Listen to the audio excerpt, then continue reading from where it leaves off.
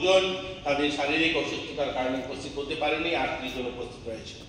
আজকের যে থিমটা উপস্থিত, যুবতীরা উপস্থিত এবং আপনারা বিচারক মণ্ডলী যারা উপস্থিত রয়েছেন, মাননীয় মুখ্যমন্ত্রী সহ আমরা আজকের যে স্টেট লেভেল বিকশিত ভারত ইউথ পার্লামেন্ট আরম্ভ করতে যাব। আমাদের যে রাজ্যে 40 লাখ লোকের বসবাস, এখান থেকে যে সমস্ত ছেলেমেয়েরা দিল্লি, মুম্বাই, এবারও এই 17 তারিখ থেকে 20 তারিখ অবধি সিকিমে নর্থ ইস্ট ইউথ ফেস্টিভ্যাল হয়েছে, সেখানেও আমরা অনুষ্ঠান, এই অনুষ্ঠানের আগে আমরা জেলা স্তরে যে এটার কর্মসূচি হয়েছে, মাই ভারত পোর্টালের মাধ্যমে প্রায় 2700 ছেলেমেয়েরা আমাদের রাজ্যে যারা আজকের যারা আগামী দিনে 3টা মেডেল জিতেছে, গোল্ড এবং সিলভার সহ 3টা মেডেল জিতেছে, এবং এশিয়ান চ্যাম্পিয়নশিপ 2024-এ কি করে করা যায় এবং অগ্রগতি বৃদ্ধি স্থিতিশীলতা নিশ্চিত করা, সেগুলো নিয়ে সেখানে জাতীয় স্তরে পার্লামেন্টে আলোচনা হবে। পছন্দ মতো ভিডিও তারা আপলোড করেছে, সেখান থেকে 400 যুবক যুবতীকে সিলেকশন করে 8টা যায়। আর দেশের প্রধানমন্ত্রী এই সংবিধানের গরিমাকে বিকশিত করার জন্য বিভিন্নভাবে উদ্যোগ নিয়েছে।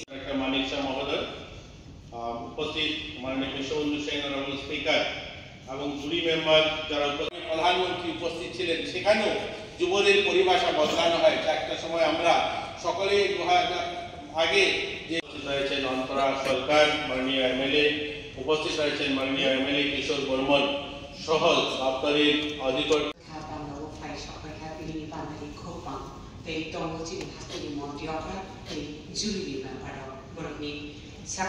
থেকে শুরু করে রাত্রি ডিনার অবধি যুবদের সঙ্গে করেছেন, যুবদের থেকে জানার চেষ্টা করেছেন যে 2047-এ ভারত কি রূপ হবে, বিকশিত ভারত তাদের দেশে। We are in this temple of democracy. This is a very special moment. This is the time. এবং সেই হিসাবে আজকে বিকশিত ভারত যুব সংসদ হিসাবে আমাদের ত্রিপুরাতে হয়েছে বিভিন্ন টপিক দেওয়া হয়েছে। কি বিষয়? একটা বিষয় মাননীয় অধ্যক্ষ মহোদয় আমি বলতে চাই, মাননীয় প্রধানমন্ত্রীজি বারবার বলছেন আগামী দিন যারা আমাদের ইয়ুথ, যারা যুব সমাজ আছে, তাদের উপরেই আমাদের ভবিষ্যৎ। এবং উনি এটাও বলেছেন যে আগামী দিন এমন সব যুব সম্প্রদায়ের ব্যক্তি আসুক রাজনীতিতে, যাদের ফ্যামিলির মধ্যে কেউ রাজনীতি করে না, ওই ধরনের ব্যক্তি আসা উচিত এবং তাদেরকে নিয়ে আসা রাজনীতির ক্ষেত্রে।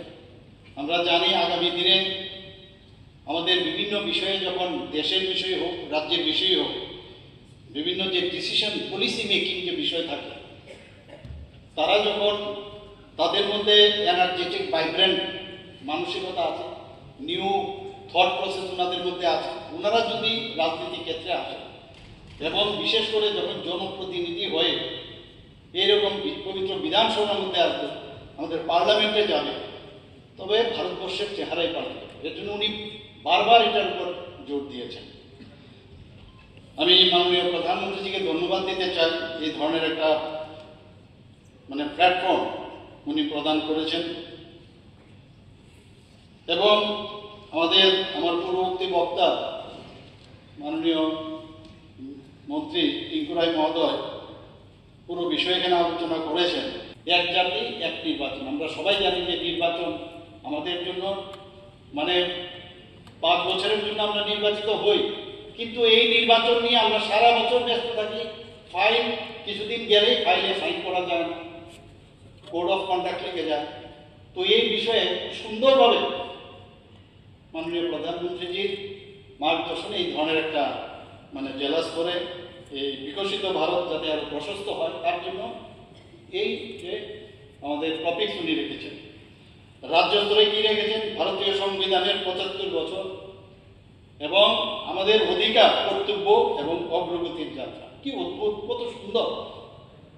আমরা যেটা ভাবিনি আমাদের মাননীয় প্রধানমন্ত্রীজি ভাবা এবং আমাদের ইনস্টিল করে আমাদের ব্রেনে। এখন তখন আমরা বুঝি না এটা খুব প্রয়োজনীয় টপিক, আমরা তো চিন্তা করি না। তো আজকে যেভাবে দেশকে সুরক্ষার দিকেই হোক, আর্থিকভাবেই হোক, মানুষের মান উন্নয়নের কথাই যদি বলি, আর্থসামাজিক উন্নয়ন হোক, যেভাবে দেশকে এগিয়ে নিয়েছে, ইনফ্রাস্ট্রাকচার ডেভেলপমেন্ট হোক, সব দিকে যেভাবে দেশ এগিয়ে যাচ্ছে সেই জায়গায় আমাদেরও উচিত, আমাদের যারা ইয়াং জেনারেশন আছে তাদেরও মানে হাত, যেহেতু এই ধরনের একটা প্ল্যাটফর্ম পেয়েছে, আমরা we should give our best. আমরা আমাদের তরফ থেকে আমাদের, কেননা আমরাও হাত বাড়িয়ে, কারণ একটা মাননীয় প্রধানমন্ত্রীজির পক্ষেও সম্ভব হবে না, কোনো রাজ্যের মুখ্যমন্ত্রীর পক্ষেও সম্ভব হবে না, কোনো মন্ত্রী পক্ষেও সম্ভব হয় যতক্ষণ ধরে জনসাধারণের সহযোগিতা না।